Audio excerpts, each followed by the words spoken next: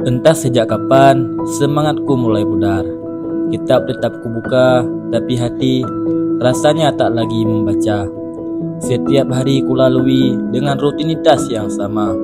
Ngaji, kelas, hafalan, tapi entah kenapa semuanya terasa hambar.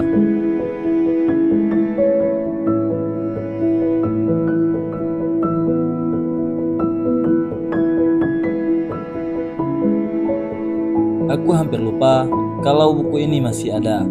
Buku yang kutulis saat awal-awal masuk pesantren. Tulisan tanganku masih ada. Tulisannya jelek, tapi semangatnya masih terasa.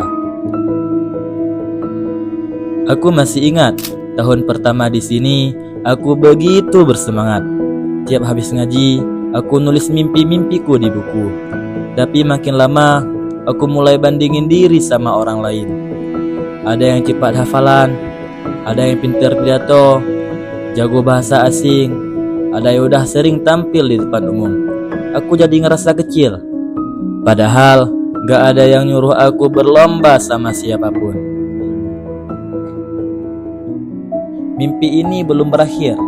Kalau aku ingin menyerah, ingat lagi kenapa aku dulu memulai. Mimpi itu ternyata gak hilang, cuma ketutup debu waktu, dan aku berhasil menemukannya lagi. Aku mungkin belum jadi santri terbaik, tapi hari ini aku jadi santri yang gak mau berhenti. Hari ini aku ngerti, jadi santri bukan cuma soal menghafal atau menuntut ilmu, tapi soal menjaganya lah, nyala keyakinan, nyala perjuangan yang dulu dinyalakan oleh para ulama dan pejuang negeri.